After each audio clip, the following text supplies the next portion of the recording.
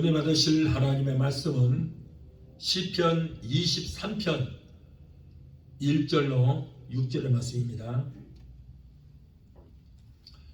시편 23편 1절로 6절의 말씀입니다. 자, 우리 함께 봉독하겠습니다. 여호와는 나의 목자시니 내가 부족함이 없으리로다. 그가 나를 푸른 초장에 누이시며 쉴 만한 물가로 인도하시는도다. 내 영혼을 소생시키시고 자기 이름을 위하여 의의 길로 인도하시는도다. 내가 사망의 음침한 골짜기로 다닐지라도 해를 두려워하지 않을 것은 주께서 나와 함께 하시니라. 주의 지팡이와 막대기가 나를 안위하시나이다. 주께서 내 원수의 목전에서 내게 상을 베푸시고 기름으로 내 머리에 바르셨으니 내 잔이 넘치나이다. 나의 평생에 선하심과 인자하시니 정녕 나를 따르리니 내가 여호와의 집에 영원히 거하리로다. 아멘. 기도하시겠습니다. 걸어가신 아버지 감사합니다. 오늘도 부족하고 어린 종 단에서 오셔서 감히 하나님 말씀을 듣게 하여 주신 하나님 감사합니다. 종의 입술에 기름 부음이 넘치게 되게 도와주셔서 전해지는 말씀 가운데서 하나님의 세미한 음성 듣게 하시고 전해지는 말씀 가운데서 하나님의 만남의 역사가 있게 되게 도와주시옵소서. 예배를 회방하는 악한 원수마귀를 멸하주시고 오직 성령께서만 이 시간에 저들과 함께 하시고 붙들어 주시고 주님 영광 받으시고 높임 받아 주옵소서. 예수 이름으로 감사하며 기도합나이다.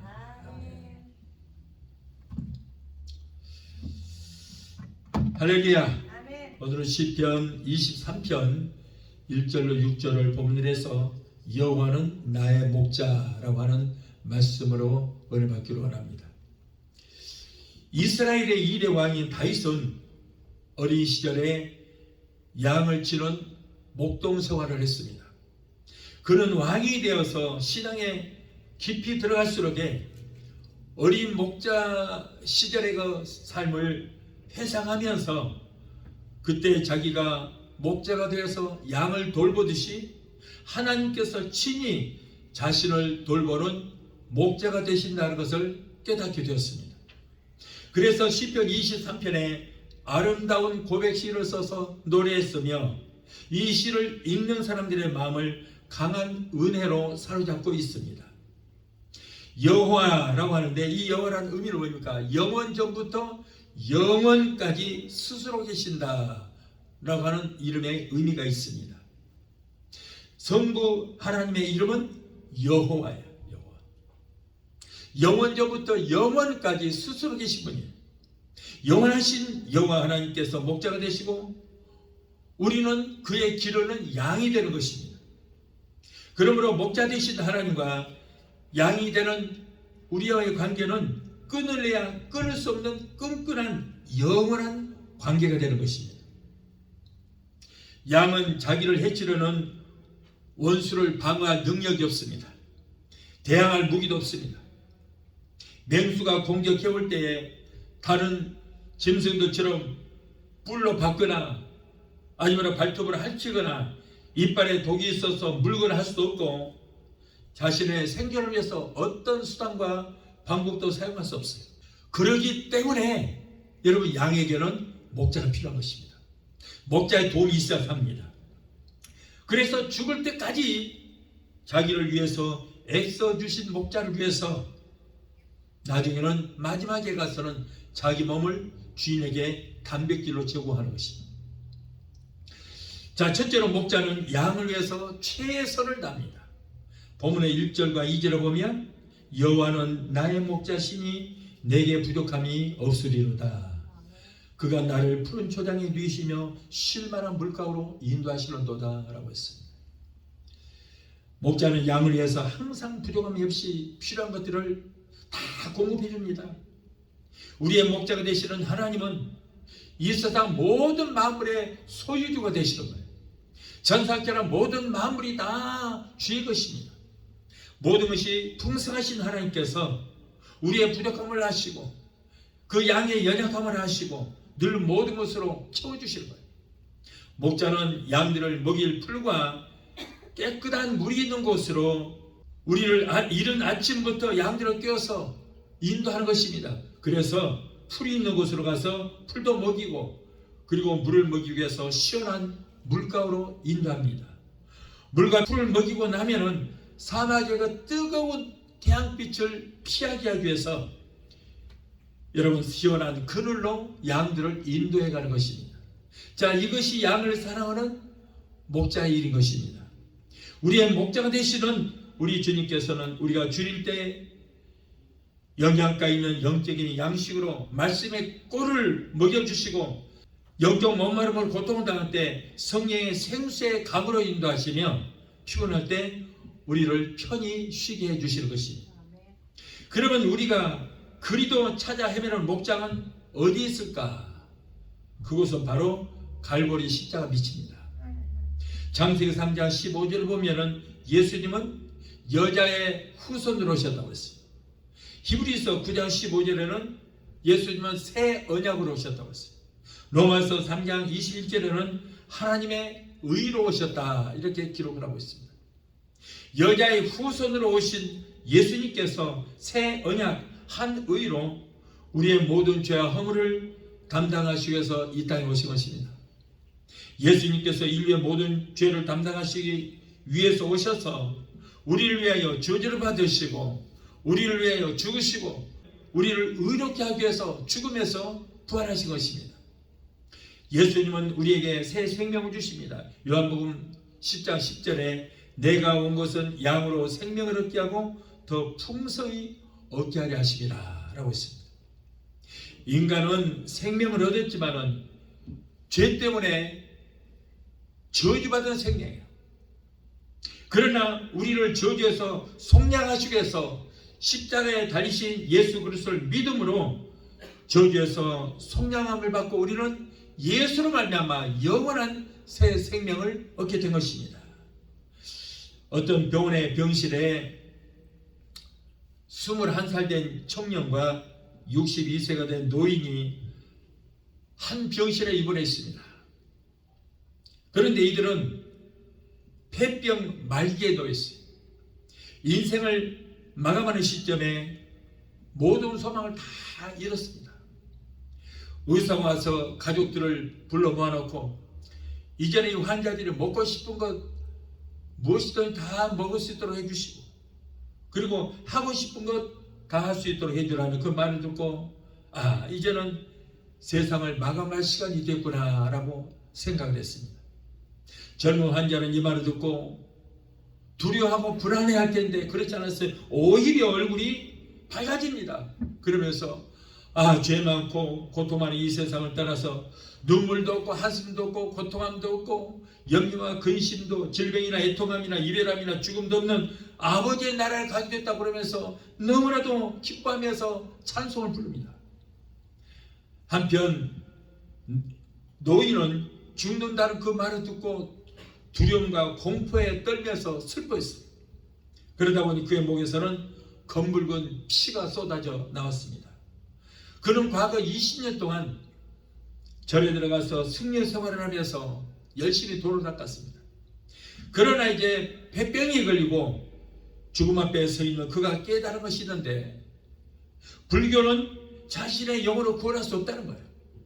그것을 깨닫게 됐어요. 그래서 그에게 절망과 두려움에 목구름이 덮쳐오고 그리고 얼마나 지옥 갈 것을 생각하니까 고통스러움이 몰라요.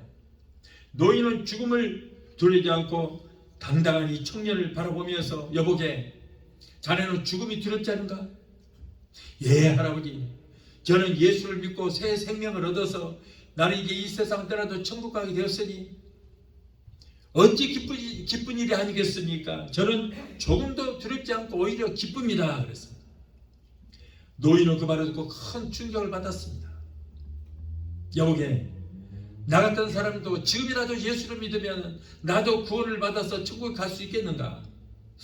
그럼요. 예수님께서 인류의 모든 죄를 담당하시고 십자가에서 죽으실 때에 한편의 강도도 있었습니다. 살인 강도요 흉악한 범죄자입니다. 그런데 그 사람도 예수님과 함께 십자가에서 죽음을 당하고 있었습니다. 죽음 직전에 그런 예수를 알게 되었고 예수를 믿고 구원을 받아서 하나님 나라에 가게 되었습니다. 자, 우리의 모든 죄와 저주를 속량하시기 위해서 십자가에서 죽으시고 부활하신 예수님 믿고, 할아버지도 그 예수님을 삶 속에 주인으로 모셔드리기만 하면은 영혼을 구원받아서 천국에 들어가게 될 것입니다. 천국은 질병도 없습니다. 고통도 없습니다. 애통함이나 이별도 없습니다. 저주도 가난도, 그리고 다시는 죽음도 없는 곳입니다. 할아버지도 예수만 믿으면은 나와 함께 천국 가서 하나님과 영원토록 살게 될 것입니다. 그러므로 할아버지도 꼭 예수를 믿으십시오. 전도했어요. 청년에게 이렇게 예수님을 소개받은 노인은 예수님을 영접하고 지난 죄를 다 회개했어요. 우상을 섬겼던 죄를 회개하고, 그리고 여러 가지 지었던 죄를 회개하고 나니까 그 마음속에 두려움이 사라지고 기쁨이 충만하게 됐어요. 노인은 새 생명을 얻고 마음의 기쁨이 충만하게 되니 몸이 건강하게 됐어요. 모든 질병이 다 떠나갔어요. 건강한 몸으로 이제는 열심을 다해서 예수를 믿었다는 거예요. 참 목자 되신 예수님께서 새로운 생명을 주시기 위해서 여러분이 이 땅에 오신 것입니다. 아담으로부터 물려받은 저주받은 생명이 아닌 예수로부터 얻은 새 생명을 주시기 위해서 오셨다는 거예요. 예수 그리스도의 생명을 얻은 자만이 그의 사랑하는 양이 되고, 그리고 하나님은 우리의 목자가 되는 것입니다. 또한 목자 되신 예수님은 우리에게 생명수를 주십니다. 요한복음 7장 38절에 나를 믿는 자는 성경의 이름과 같이 그 배에서 생수의 강이 넘쳐나리라 라고 말씀했어요. 스가랴서 13장 1절에 그날에 죄와 더러움을 씻는 셈이 다윗의 족속과 예루살렘 거민을 위하여 열리리라. 더러움과 죄를 씻는 셈은 바로 십자가 위에서 흘리신 예수 그리스도의 보혈입니다. 우리를 위해서 흘려주신 예수 그리스도의 피의 샘물만이 우리를 깨끗하게 씻어줄 수 있는 생명수가 되는 것입니다. 여러분, 물이라는 것은 솟아오릅니다. 성령의 생수를 체험한 사람은 언제나 마음속에 기쁨의 샘이, 찬송의 샘이, 감사의 샘이 솟구쳐 오른 것입니다. 또한 예수님은 우리에게 부요를 주십니다. 고린도후서 8장 9절에 우리 주 예수 그리스도의 은혜를 너희가 알거니와 부요하신 자로서 너희를 위하여 가난하게 되심은 그의 가난함을 인하여 너희로 부요케 하게 함이라 말씀하셨어요. 여러분, 마태복음 8장 20절에 보면은 여우도 굴이 있고 공중의 새도 거처할 것이 있으되 인자는 머리 둘 곳이 없다라고 하셨어요. 이렇게 가난하게 사셨어요. 천상천하 모든 만물이 다 주의 것입니다. 그런데 이 땅에 오실 때 머리 둘 곳이 없다 할 정도로 그렇게 가난하게 사셨는데, 그 가난함을 인하여 우리를 부요케 하게 함이라 말씀하셨어요. 우리의 모든 가난을 짊어지시고요.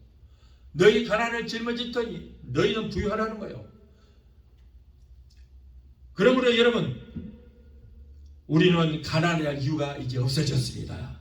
인류의 조상인 아담과 하와가 범죄함으로 그들에게 임한 이 저주가 그의 후손들에게 저주되어서 가난하게 되었지만, 예수님께서 저주의 가시관을 쓰시고 저주의 상징인 십자가에 달리셔서 내가 다 이뤘다, 너희 모든 저주의 문제, 가난의 문제를 내가 다 이뤘다고 선포하신 그 예수 그리스도를 믿음으로 저주는 물러가고 가난은 물러가고 하나님의 축복이 임하게 되는 역사가 일어나게 되는 것입니다.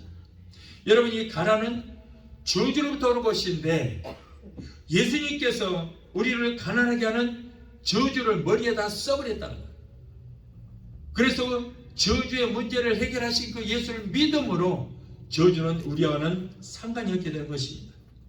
갈라디아서 3장 13절로 14절에 그리스도께서 우리를 위하여 저주를 받은 바 되사 율법의 저주에서 우리를 속량하셨으니 기록된 바 나음의 달인 자마다 저주 아래 있는 자라 하였습니다. 이는 그리스도 예수 안에서 아브라함의 복이 이방인에게 미치게 하고 또 우리로 하여금 믿음으로 말미암아 성령의 약속을 받게 하려 하시기라고 말씀하고 있어요. 아담으로부터 전수되었던 저주를 예수님께서 저주의 상징인 이 가시관을 머리에 쓰시고 십자가에 달려 죽어주심으로 우리는 저주에서 속량함을 받아서 예수 그리스도를 믿는 우리에게 아브라함의 복이 임하게 할 뿐 아니라 복의 근원으로 만들어 주셔서 복의 근원된 우리가 들에 나가면 들이 복을 받고 떡반죽 그릇을 만지면 떡반죽 그릇이 복을 받고 그리고 복의 근원된 나 때문에 집에 있는 자녀들이 복을 받고 들어가도 복을 받고 나가도 복을 받는 그런 역사가 일어나게 되는 것입니다. 복의 근원된 나 때문에 나의 사장이 복을 받고 복의 근원된 나 때문에 내가 나가는 직장이 복을 받게 되는 것이며 복의 근원된 나 때문에 내 주변에 있는 사람들까지 여러분 복이 많은 것입니다. 하나님은 바로 복의 근원이 되시기 때문인 것입니다. 사람들은 우상에게 복을 빕니다. 어떤 사람들은 불상에게도 복을 빌고 성모 마리아상에도 복을 빕니다. 돌무더기를 쌓아놓고 복을 빌기도 하고 태양과 달에도 복을 빕니다. 여러분 그러나 성모상에게 불상에게 복을 빈다고 해서 사람이 손으로 만든 그 생명도 없는 수고모의 품이 거기다 복을 빈다고 그것들이 우리에게 복을 주겠습니까? 나무에다가 복을 빈다고 해서 무슨 나무가 복을 주겠냐 그 말이에요. 돌무더기를 쌓아놓고 거기다 복을 빈다고 무슨 그것들이 우리에게 복을 주겠습니까? 절대 우리에게 복을 주지를 못하는 거예요. 복의 근원 대신 하나님만이 우리에게 복을 주실 줄 믿습니다. 신명기 15장 4절에 네가 만일 네 하나님 여호와의 말씀을 듣고 내가 오늘날 네게 명하는 그 명령을 다 지켜 행하면 네 하나님 여호와께서 네게 유업으로 주신 땅에서 네가 정령 복을 받으리니 너희 중에 가난한 자가 없으리라. 네 하나님 여호와께서 네게 허락하신 대로 네게 복을 주시리니 네가 여러 나라에 꾸어줄지라도 너는 꾸지 아니하겠고 네가 여러 나라를 치료할지라도 너는 치료함을 받지 아니하리라 라고 했어요. 여러분 이렇든 복의 근원된 하나님만이 우리에게 복을 주시는데 어떻게 할때요? 하나님 말씀을 삼가 듣고 행할 때 이런 복을 주신다. 여러분 또한 복의 근원 되시는 하나님의 자녀된 우리도 복의 근원이 되는 것입니다. 하나님께서 아브라함에게 너는 복의 근원이 될지라 그랬어요. 창세기 12장 1절로 3절을 보면 너는 복의 근원이 될지라. 자, 저와 여러분들도 아브라함의 자손이기 때문에 믿음의 자손이기 때문에 우리도 아브라함의 복이 마여 복의 근원이 되게 된 줄로 믿습니다. 다음으로 예수를 믿으면 우리의 질병을 치료해 주십니다. 인간에게 건강처럼 소중한 것이 없습니다. 인간에게 건강이란 굉장히 소중합니다. 물질을 잃은 것은 지극히 작은 것을 잃은 것이고 건강을 잃으면 모든 것을 다 잃는다라는 말이 있어요. 건강을 잃으면 꿈도 소망도 모든 것이 다 물거품이 되고 맙니다. 그가 세웠던 계획도 물거품이 되고 맙니다. 지금도 갖가지 질병으로 고통당하신 분들이 많이 있습니다. 그러나 여러분 예수님은 내과, 외과, 소아과, 산부인과, 이비인후과, 비뇨기과, 치과, 신경외과, 정신과 등 모든 병을 고치는 종합병원 의사가 되는 것입니다. 기독교는 병 고치는 종교예요. 이사야서 53장 5절에도 그리고 베드로전서 2장 24절에도 저가 채찍에 맞음으로 너희가 나음을 입었다. 예수님께서 십자가를 지시기 전에 39대 매를 맞았습니다. 여러분 그런데 아무런 매를 맞을 만한 죄가 없습니다. 그럼에도 불구하고 예수님께서는 40대 한 대 가만 39매를 맞았는데 40대는 사형수에게 율법적으로 40대 한 대 가만 39대 매를 치라고 그랬어요. 사형수 가장 무서운 죄를 지은 사형수에게 39대 매를 치라고 그랬는데 예수님은 아무런 죄도 없는데도 불구하고 39대 매를 맞았습니다. 자, 왜 예수님께서는 39대 매를 맞았어요? 우리의 모든 그 질병에 대한 고통을 감당하시기 위해서 매를 맞으신 거예요. 얼마든지 항의할 수 있습니다. 내가 무슨 죄를 지었느냐? 나는 매를 맞을 만한 죄를 지은 일 없다라고 항의할 수 있지만은 예수님은 아무런 말씀하지 않고 그 39대 매를 맞으셨어요. 가죽 채찍은 그 끝에 가서 쇠갈고리가 2개가 달려있고 납덩어리가 달렸습니다. 그것을 예수님 몸에다가 치면은 납덩어리가 예수님의 몸에 뼈를 으스러뜨리고 그리고 깔고리가 예수님 몸을 박힙니다. 잡아당기면 쫙 살이 찢기는 거예요. 물과 기를 남김없이 흘려주십니다. 그 고통을 다 당하신 이유는 뭐예요? 내가 채찍에 맞음으로 너희가 나으리로다. 야고보서 5장 15절에도 믿음의 기도는 병든 자를 고다니 주께서 저희를 일으키시리라. 말라기 4장 2절에도 여호와를 경외하는 너에게는 의로운해가 떠올라서 치료하는 광사를 바른다 그랬어요. 여러분, 이렇게 기독교는 병 고치는 종교예요. 세상 의학으로 고칠 수 없는 무슨 병이라고 할지라도 예수 안에서 새 생명을 얻고 성령을 충만하게 받으면 어떤 병에서라도 고침을 받을 수 있게 되는 것입니다.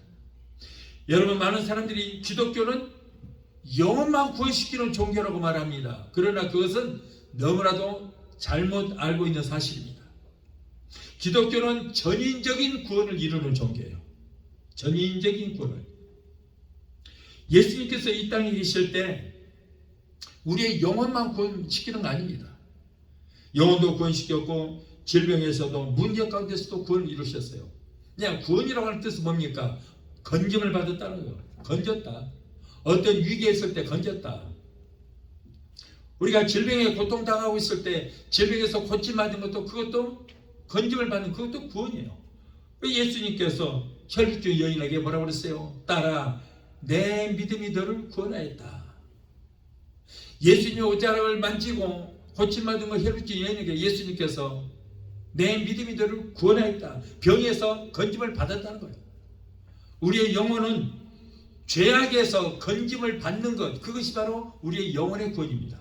문제 가운데서 여러분 문제에서 해결을 받는 것, 이것이 바로 문제에서의 구원입니다. 그래서 우리 기독교는 전인적인 구원을 받는 것이다. 영혼이 잘된 것처럼 영적인 구원이에요. 우리 영혼의 구원. 범사가 잘되고 이 땅의 모든 범사가 잘되고 우리의 영육간에 강건하기를 바라는 것이 바로 우리 기독교, 우리 하나님의 마음인 줄 믿습니다. 그래서 우리 기독교는 전인적인 구원을 이루어요. 그래서 우리의 영혼만 구원시키는 것이 아니고 우리를 질병에서도 구원시키는 것이 하나님의 뜻이라는 거예요.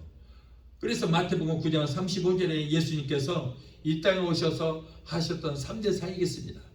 예수님께서 이 땅에 오셔서 하셨던 일들이 종합적으로 3가지예요.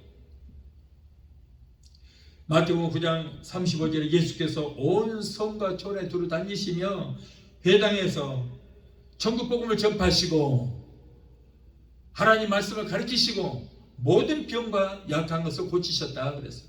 보세요, 3가지예요. 천국 복음을 전파하시고 하나님 말씀을 가르치고 그리고 모든 병든 자를 고치셨다. 이 종합적으로 3가지. 이것이 바로 여러분 복음인 것입니다. 마태복음 9장 35절 이 말씀이 완전한 복음이에요. 전국 복음을 전파하시고 하나님 말씀을 가르치고 그리고 병든 자를 고치기까지, 이것이 바로 복음이라는 거예요. 하나님은 여호와라파 치료의 하나님입니다. 그러므로 우리는 병들을 쓸 때에 병든 것이 하나님의 뜻이라니 사주팔자라니 생각하지 마십시오. 기도해서 고쳐야 되는 거예요. 하나님은 치료하기를 원하십니다. 건강하기를 원하시는 것입니다. 여러분, 병은 거의가 마귀가 갖다 줘요. 병마가 갖다 줘요. 그런데 마귀가 병을 갖다 줬는데도 그것이 하나님의 뜻이라고요? 아니죠. 하나님은 하나님의 자녀들이 건강하기를 원하시지 어떻게 고통당하고 마귀의 그 병마에게 고통당하는 것을 원하시겠습니까? 절대 그건 하나님의 뜻이 아닙니다. 내 육신의 자녀들도 건강하기를 원하는 것이 부모의 마음이에요. 어떤 악한 부모가 자식이 병들어 고통당하는 걸 그것을 방치하고 그것이 내 뜻이라고 부모의 뜻이라고 하는 사람이 어디 있겠어요? 육신의 부모들도 자식들이 건강하고 잘되기를 바라듯이 예수 그리스도의 피값으로 사신 바되는 하나님의 자녀들이 건강하기를 원하셔서 예수님께서 우리를 건강하기 위해서 병을 고치기 위해서 채찍에 맞으셨고 그리고 예수님께서도 이 땅에 오셔서 제자들에게도 너희들은 복음을 전하기 전에 어디를 가든지 먼저 병든 자가 있으면 그대로 고치라고 했어요. 그리고 나서 복음을 전하라고. 예수님도 그렇게 하셨습니다. 그리고 모든 그 능력을 오늘날 우리에게 위임하셨어요. 교회에 위임하셨습니다. 하나님께서 하늘과 땅의 모든 권세를 다 내게 주셨다. 그런데 이제 내가 너희들에게 이 모든 권세를 위임한다. 그러므로 너희는 모든 족속을 제자 삼아 아버지와 아들과 성령의 이름으로 세례를 주고 내가 너희에게 분부한 모든 것을 가르쳐 지키게 하라. 볼지어다 세상 끝날까지 내가 너희와 항상 함께 있으리라. 여러분, 예수님께서 그 모든 권세를 제자들에게 위임하셨고 오늘날 교회에다가 우리에게 위임하셨기 때문에 여러분, 우리는 예수 이름으로 명령하여 병마를 쫓고 그리고 말씀에 의지하여 질병을 위해서 우리가 꼭 기도를 해야 될 줄 믿습니다. 기도해야 돼요. 그래서 나도 온갖 병에서, 인간이 상상할 수도 없는 병에서, 여러 가지 많은 병에서 고침을 받았어요. 병마가 나를 공격할지라도 하나님께서는 나를 고쳐주셨습니다. 자, 둘째로 주의 지팡이와 막대기로 우리를 보호하신다 했습니다. 오늘 본문 3절로 4절을 보면 내 영혼을 소생시키시고 자기 이름을 위하여 의의 길로 인도하시는도다. 내가 사망의 음침한 골짜기로 다닐지라도 해를 두려워하지 않을 것은 주께서 나와 함께 하심이라. 주의 지팡이와 막대기가 나를 안위하시나이다. 여러분, 양은 날씨가 좋고 그리고 배가 부르고 평안해지면은 목자의 간섭 없이 혼자 다니다가 독풀도 먹고 병이 들기도 하고 악한 짐승에게 물려서 죽을 수도 있고 웅덩이에 빠져서 위험에 처할 수도 있습니다. 그러므로 목자는 분별력이 없는 양들에게서 눈을 떼지 않고 끝까지 보살피고 보호를 해야 합니다. 양이 함정에 빠지거나 절병에서 위험에 빠지게 되면은 목자는 지팡이로 그 꼬부라진 곳으로 양을 건져 올립니다. 꼭 목자는 막대기와 지팡이를 가지고 다닙니다. 이 막대기는 맹수라든가 늑대들이 와서 양을 물어가려면 그걸 쫓습니다. 그때 사용하는 거예요. 그리고 지팡이가 있습니다만 지팡이는 끝이 꼬부라져 있는데 그것은 양이 어디 구덩이라든가 바위틈에 떨어져서 걸려 있을 때 그것으로 이제 허리를 걸쳐서 끌어올리는 것입니다. 이럴 때 사용합니다. 자, 그런데 이렇게 보살피고 함에도 불구하고 그래도 양이 말을 안 듣고 똑같은 짓을 반복하면은 이 지팡이를 가지고 막대기를 가지고 양을 막 후려치는 거예요. 정신 차리라고 양을 칩니다. 그럼에도 또 그렇게 말을 안 듣고 그렇게 행하게 되면은 양의 다리를 꺾어버립니다. 그러고는 붕대로 칭칭 감아놓는 거예요. 자, 이렇듯 불순종한 양에게는 무서운 형벌을 가해서라도 못된 버릇, 나쁜 버릇을 고쳐서 위험에 빠지는 것을 예방하기 위해서 그런 것입니다. 양이 미워서 그런 거 아니에요. 사랑하기 때문에 그런 거예요. 목자는 푸른 초장과 실많은 물가로 인도하여 양을 기르지만은 말을 잘 듣지 않고 잘못을 저지를 때는 이렇게 가차없이 무서운 징계를 내리게 되는 것입니다. 양을 징계하는 이유는 양을 사랑하기 때문에 더 이상 양이 위험한 곳에 가지 못하도록 미리서 예방하기 위해서 그 버릇을 고치는 거예요. 여러분, 이렇듯 우리도 하나님 말씀대로 살지를 않고 그릇 행하게 되면은 우리를 막대기와 지팡이로 인도하십니다. 그리고 여러분, 우리가 하나님 말씀대로 살지 못하고 자꾸 그렇게 되면은 결국에는 하나님께서 사랑의 매를 들어요. 매를 들어서 막 후려치는 것입니다. 하나님은 항상 우리를 그냥 사랑한다고 좋게만 대하시는 게 아니라 우리를 사랑하시기 때문에 우리의 영혼이 잘못 가면 죄악의 길로 빠져서 지옥 갈까 봐서 그 버릇을 고치기 위해서 우리에게 징계를 내리실 때가 있단 말이에요. 그러므로 우리에게 징계가 왔을 때는 내게 왜 이런 일이 생겼는가, 그것부터 우리가 살펴봐야 돼요. 하나님 앞에 내가 무엇을 잘못했는가. 그래서 우리가 그 잘못을 찾고 회개하고 하나님 앞에 올바로 서야 되는 것입니다. 결코 하나님이 우리를 미워서가 아니에요. 사랑하기 때문에 우리의 영혼을 빼앗기지 않기 위해서, 마귀에게 또 저 지옥불에 들어가지 않게 하기 위해서 하나님께서 우리에게 여러분 징계를 내리실 때가 있어요. 사랑이 매입니다. 그러므로 여러분 우리에게 문제 있을 때 팔자련이 무슨 다른 데 핑계 대지 마시고 꼭 무엇인가 하나님 앞에 내가 잘못한 게 뭐 있는가, 그것부터 우리가 꼭 찾아야 된다. 마지막 셋째로 목자는 양으로 만족해 하십니다. 3절로 6절을 보면 주께서 내 원수의 목전에서 내게 상을 베푸시고 기름으로 내 머리에 바르셨으니 내 잔이 넘치나이다. 나의 평생에 선하심과 인자심이 정녕 나를 따르리니 내가 여호와의 집에 영원히 거하리로다. 여러분 하나님께서는 우리의 머리에 기름을 부어주신다고 했어요. 기름은 왕에게나 제사장에게 머리에 기름을 부어줍니다. 구약 때는 주로 실제로 머리에다가 기름을 부어줬어요. 그러나 오늘 신약 때에 와서는 성령으로 머리에 기름을 부어주시는 것입니다. 우리는 예수를 믿을 때 성령으로 기름을 부어주십니다. 그러므로 우리는 하나님께 기름을 부으심을 받은 왕이라는 거예요. 저와 여러분들은 왕이요 제사장이 되는 것입니다. 왕은 다스리는 능력이 있습니다. 그리고 무엇이든지 명령할 수 있는 명령권이 있습니다. 그러므로 우리는 우리에게 어려운 환경에 문제가 있을 때 그 어려운 환경의 문제를 명령해서 물리쳐야 돼요. 우리에게는 명령권이 있기 때문에 물리쳐야 돼요. 우리에게 질병이 걸렸을 때에 여러분 그 질병을 예수 이름으로 명령해서 물리쳐야 돼요. 내가 예수 이름으로 매노니 나를 고통을 주는 질병, 병만은 예수 이름으로 갈지어다. 명령을 하라 그 말이에요. 왜냐하면 저와 여러분은 왕권이 있기 때문에요. 또한 가난을 물리쳐야 돼요.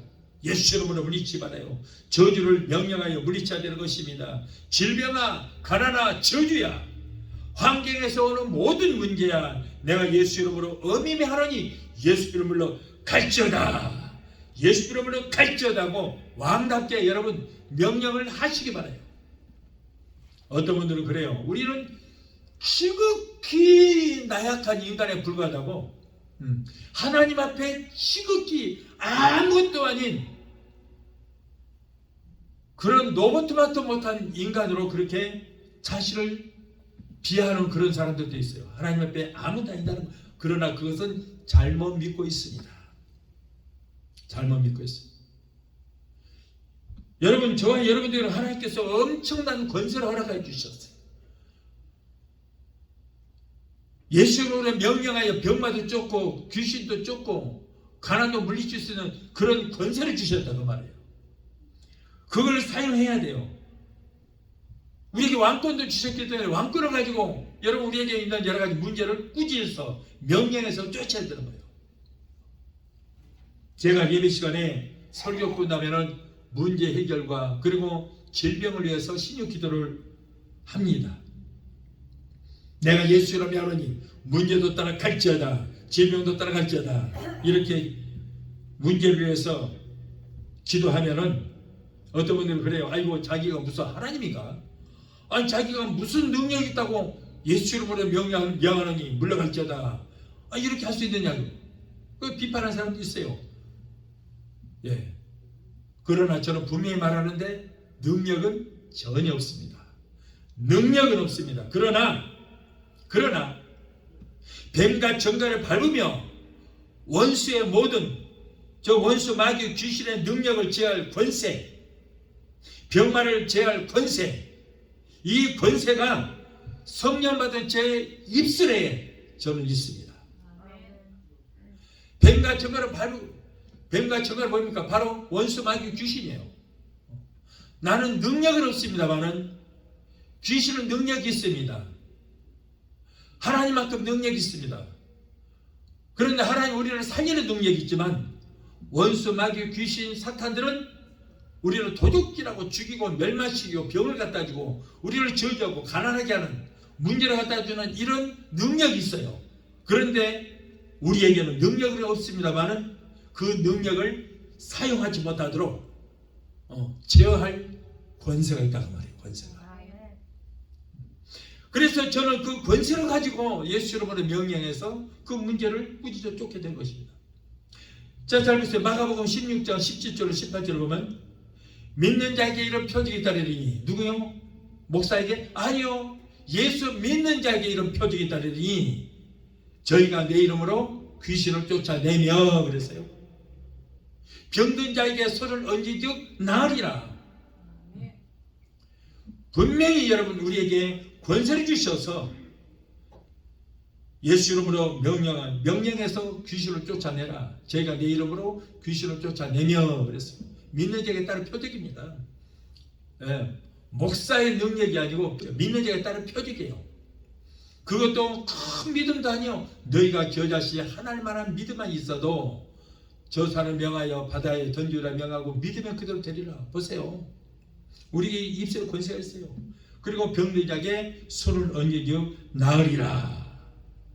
그래서 이 말씀을 믿고 왕권을 가지고 입술의 권세 있는 입술로 명령할 때에 이런 기사와 이적은 일어나게 될 줄로 믿습니다. 하나님께서 원수 앞에서 내게 상을 베푸신다고 그랬습니다. 원수 앞에서 내게 상을 베푸시고 머리에 기름을 발라주시니 원수가 나를 부러워합니다. 창세기 41장 43절에 바로가 또 요셉에게 이르되 내가 너로 애굽 온 땅을 총리하게 하노라 하고 자기의 인장 반지를 빼어 요셉의 손에 끼우고 그에게 새 마포옷을 입히고 금사슬을 목에 걸고 자기에게 있는 버금수레에 그를 태우에 무리가 그 앞에 소리 지르기를 엎드리라 하더라. 바로가 그로 애굽의 전국을 총리하게 하더라. 요셉은 서모의 몸에서 태어났습니다. 그래서 형제들의 미움과 모함으로 애굽의 노예로 팔려가서 그곳에서 억울하게 13년 동안 옥살이를 하면서 저주받은 노예처럼 살아왔습니다. 그러나 하나님께서 그에게 지혜를 주심으로 왕의 꿈을 해몽하게 해주어서 일약 애굽의 국무총리까지 되게 되었어요. 요셉을 미워하고 죽이려고 했으며 애굽에 자신을 팔아버렸던 그 형들이 식량을 사기 위해서 결국 애굽에 와서 그 자기들이 팔아버렸던 그렇게 멸시했던 그 요셉의 앞에 전부 무릎을 구어리고 우리에게 식량을 팔게 했어요. 우리를 식량을 주시옵소서라고 조언했어요. 자기들이 팔아버렸던 그렇게 무시하고 저주했던 그 소모의 아들 요셉이가 그 애굽의 국무총리까지 되어서 그를 무시했던 그들이 그 형제들이 와서 무릎을 조아리게 됐어요. 이렇듯 하나님께서 나를 괴롭히는 원수의 목전에서 내게 상을 베푸시고 원수가 내 앞에서 부끄러움을 당하게 해주시겠다 그런 말씀이에요. 목자 되신 예수님께서는 축복의 장이 넘치도록 보여주십니다.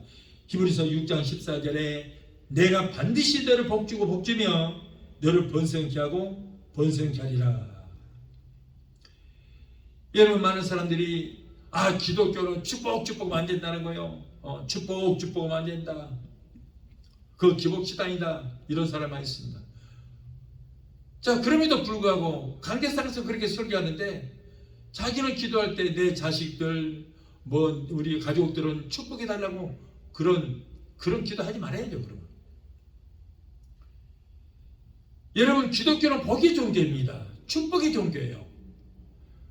그래서 하나님께서 내가 반드시 너를 복주고 복주며 너를 번성케 하고 번성케 하리라고 했습니다. 축복도 사모하시기 바라요. 하나님께서는 양들에게 복을 주시고 번성 위에다가 또 번성케 하신다. 복주고는 복을 주셨는데 그 복 위에다 또 복을 주시는 거예요. 번성케 하고 번성케 하신다. 번성하게 했는데 그 번성케 한 위에다가 또 번성케 하신다는 거예요. 누구에게요? 하나님의 양에게 그렇게 하신다. 또한 기적의 장이 넘치게 부어주십니다. 출애굽기 14장 21절에 모세가 바다를 향하여 손을 내어 미는데 여호와께서 큰 동풍으로 밤새도록 바닷물을 물러가게 하시니 물이 갈라져 바다가 마른 땅이 된지라. 기독교는 기적의 종교입니다. 그런데 무엇이 기적이냐? 여러분, 기적이 일어난 것은 기적도 아니라고 당연한 거예요. 그렇다면 무엇이 기적이냐면 기적이 일어나지 않은 것이 기적이에요. 저는 항상 기적 속에 살거든요. 매일 기적 속에 살아요. 그런데 여러분 예수 믿으면서도 평생 기적 한번 체험 못한 사람들이 너무나도 많아요. 왜 그럴까요? 왜? 하나님은 기적이 하나님이라서 믿지 않기 때문에요. 구하지도 않기 때문에. 기적의 주님께서 사랑하는 양들이 날마다 기적을 체험하며 사도록 기적의 잔이 넘치도록 은혜를 내려주시는 것입니다. 또한 평생도록 함께해 주십니다. 사람 인자로 보면은 두 사람이 서로가 기대어 서 있는 모습을 하고 있습니다. 사람은 혼자서는 살 수 없습니다. 서로가 기대고 받들어주면서 더불어 살아가는 것이, 그것이 바로 인생이고, 그것이 바로 가족이고, 그것이 바로 우리 공동체. 어려서는 부모 함께 살고, 성장해서는 남편과 아내가 함께 살고, 늙어서는 자식들이 함께 있어줘야 되는 거예요. 그러나 그 무엇보다도 참된 진리는 하나님이 우리 인생들과 함께하는 것이 가장 큰 축복인 줄로 믿습니다. 아무리 가족이 함께 있어도 해결할 수 없는 문제가 있습니다. 하나님의 도우심을 받지 못하고 의지하지 못하여 살아가는 사람은 외로운 사람이고 고독한 사람이에요. 여러분, 세상 사람들이 그렇습니다. 나는 고독하다, 나는 외롭다 라고 하는 사람이 있어요. 왜 그렇습니까? 그 이유는 그들에게 하나님이 함께 하시지 않기 때문이에요. 하나님이 함께 하지 않기 때문에 외롭고 고독합니다. 두렵습니다. 요한복음 8장 29절에 나를 보내신 이가 나와 함께 하시는도다. 내가 항상 그의 기뻐하시는 일을 행함으로 나를 혼자 두지 아니하시느니라. 얼마나 귀한 말씀입니까?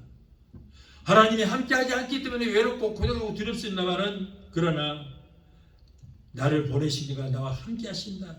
내가 항상 그의 기뻐하시는 일을 행함으로 나를 혼자 두지 아니하시고 세상 끝날까지 나와 함께 하신다는 거예요.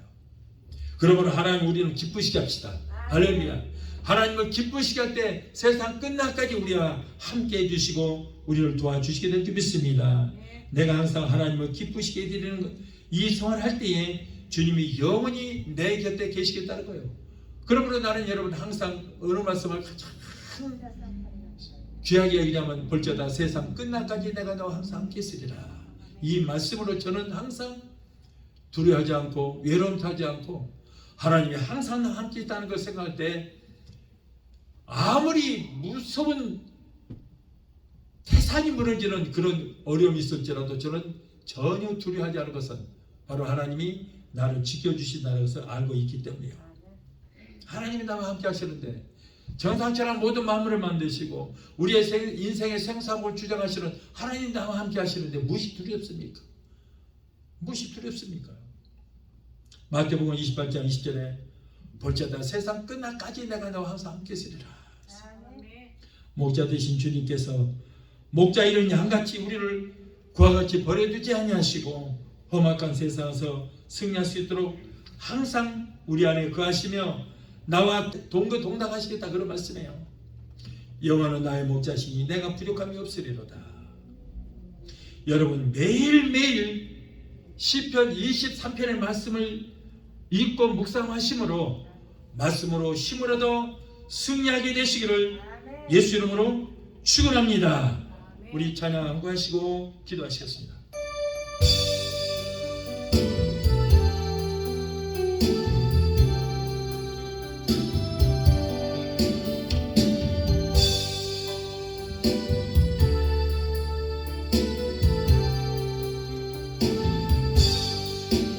여호와 나의 목자 내게 부족 없네. 푸르른 초장 위에 나의 몸 누이시네. 선한 목자 오 나의 목자여, 생수가 넘치는 곳 날 인도하시네. 내 영혼 소생하며 자기 이름 위에 의의 길 인도하니 골짜기 두려움 없네. 선한 목자 오 나의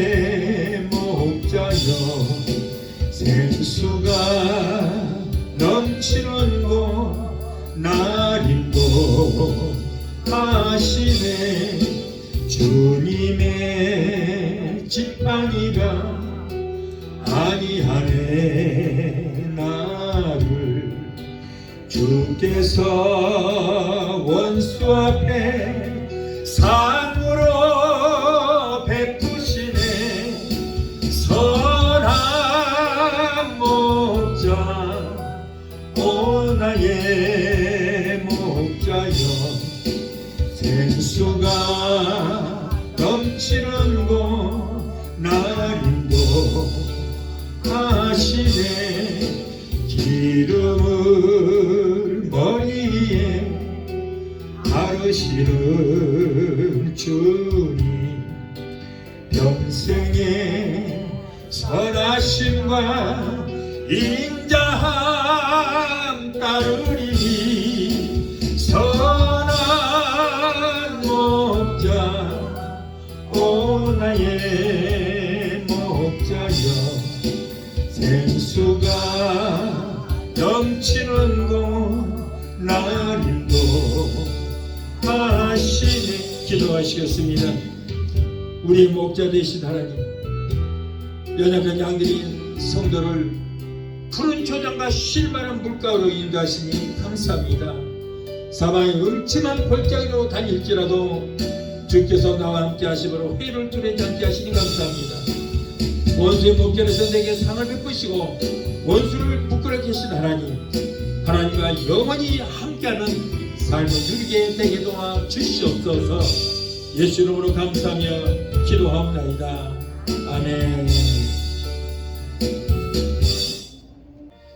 지금은 우리를 죄에서 구원하신 우리 주 예수 그리스도의 그 무한하신 은혜와 아들까지도 아끼지 아니하시고 우리를 위해서 내어주시기까지 우리를 사랑하시는 아버지 하나님의 그 극진하신 사랑과 보혜사 성령님의 내주 교통 충만 역사하심의 은혜가 오늘 주일 예배에 참석하여 말씀으로 은혜받고 돌아가는 귀한 성도들의 가정과 가족과 직장과 사업장과 자녀들과 생각과 모든 범사에 오늘 유튜브를 통하여 함께 말씀으로 은혜받고 돌아가는 귀한 성도들의 가정과 가족과 직장과 자녀들과 생각과 모든 범사에 각자 섬기는 교회 위에 베데스다 순복음교회 지금부터 영원토록 함께 하시기를 간절히 축원하옵나이다. 아멘.